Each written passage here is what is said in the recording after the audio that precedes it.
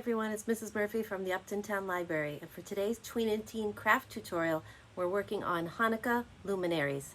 These are also known as blue ice crystal luminaries. They're great for Hanukkah or any other holiday that celebrates with lights. So I have some of the lights here turned off in the library so you can get a decent look at what that light looks like shining through. And I'm going to show you what you need to make this. So let's get started. To make our Hanukkah luminaries, you'll need a few things. You'll need a jar. Now this is just one of those canning jars that you can get at the grocery stores or at Walmart. But at home, I like to just save unique looking jars like this for crafts. So what I'll do is I'll find a jar, maybe it had salsa in it or tomato sauce, wash it out, remove the label with some Goo Gone, and you'll have a jar for any kind of craft. So that's just a plain jar. If you want to keep the little lid that it comes with, that's fine too, but we're just going to use the plain jar today. You'll need Epsom salt. Now this is what people use a lot to take baths in when they have sore muscles. So you can get this at pharmacies, you can get this at the grocery store, you can get this at Walmart, Target, places like that. You'll find it in the hygiene, in the first aid section.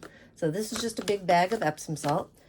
Food coloring, we're going to use the blue today. I got these at Walmart, but I've also gotten food dye very inexpensively at the dollar store. So we're going to use the blue to make it a really nice blue ice crystal color.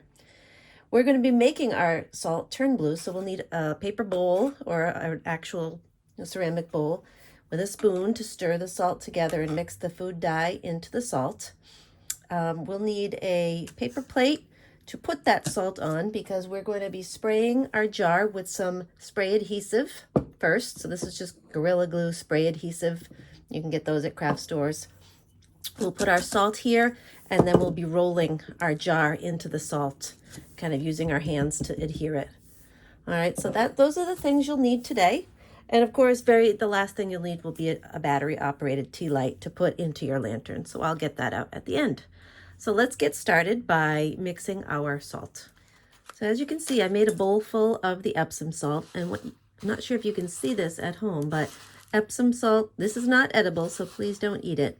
It is a lot more crystal-like than just regular table salt. It's almost like a very fine, chunky texture to it, which is going to give us that real crystal look on our Hanukkah luminary. So we'll get our food coloring out.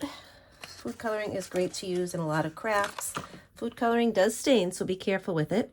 We're going to use our blue. I'm going to open that carefully. I'm just going to put a few drops in to start. I'm not sure how many we'll need to make a beautiful light blue color, but we'll just start with that. And this is the way you would make colored sugar. If you're ever decorating sugar cookies, you would use sugar and food coloring, not Epsom salt for sure, but that's how they make colored sugars.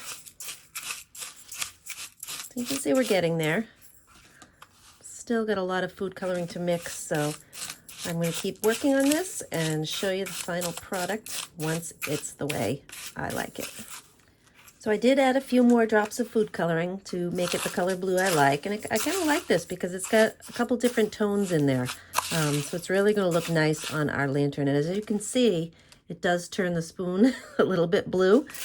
So now what I'm going to do is just take this and spread it out on my dish. This is going to be where we roll the lantern, so it'll be rolled in this. But first we need to spray some adhesive on here.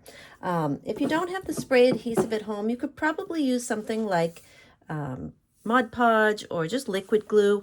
Not sure how that would turn out. The directions for this from Pinterest do suggest using a spray adhesive, but certainly anything you have would probably work fine.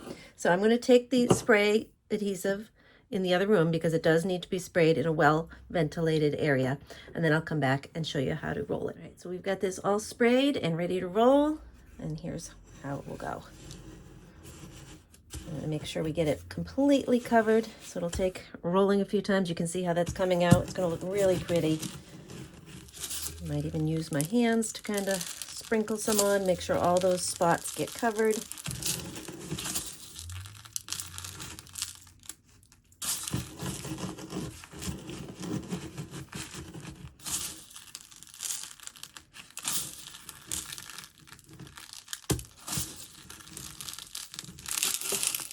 And then once this is covered, we will let it dry completely. It might need to be touched up, some of the spots we missed.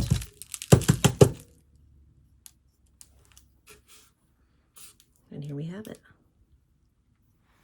So here's our final product, our Hanukkah luminary. I did add a seal coat with this clear acrylic sealer from Mod Podge. It's just a glossy coat. If you want to give your lantern a little bit of glossiness, you can do that.